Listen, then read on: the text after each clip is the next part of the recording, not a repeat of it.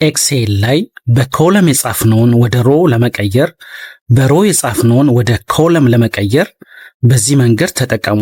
እዚህ ጋር በኮለም የተቀመጠውን ወደ ሮ ለመቀየር እንዴት ነው የምናደርገው? በመጀመሪያ የምንፈልገው ቦታ እዚህ ጋም ከፈለግን እዚህ ጋም ክሊክ አድርገን ከዛ በኋላ ሴሌክት ለማድረግ ኮንትሮል ኤ፣ ከዛ በኋላ ኮፒ ለማድረግ ኮንትሮል ሲ፣ ከዛ የምትፈልጉት ቦታ እዚህ ጋም ከፈለጋችሁ እዚህ ጋም ከፈለጋችሁ አንዱን ቦታ አንዱን ሴል ትመርጡትና ከዛ በኋላ ኪቦርዳችሁ ላይ አልት ኤች ቪ ቲ ስትነኩ ቀጥታ በኮለም የተጻፈውን ወደ ሮ ይቀይርልናል ማለት ነው።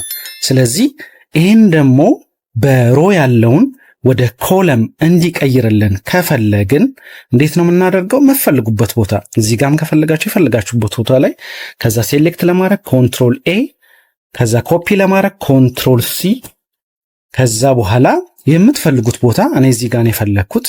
ከዛ በኋላ ኪቦርዳችሁ ላይ አልት ኤች ቪ ቲ ስታረጉት እዚህ ጋር በሮ የተጻፈውን ወደ ኮለም ይቀይርልናል ማለት ነው።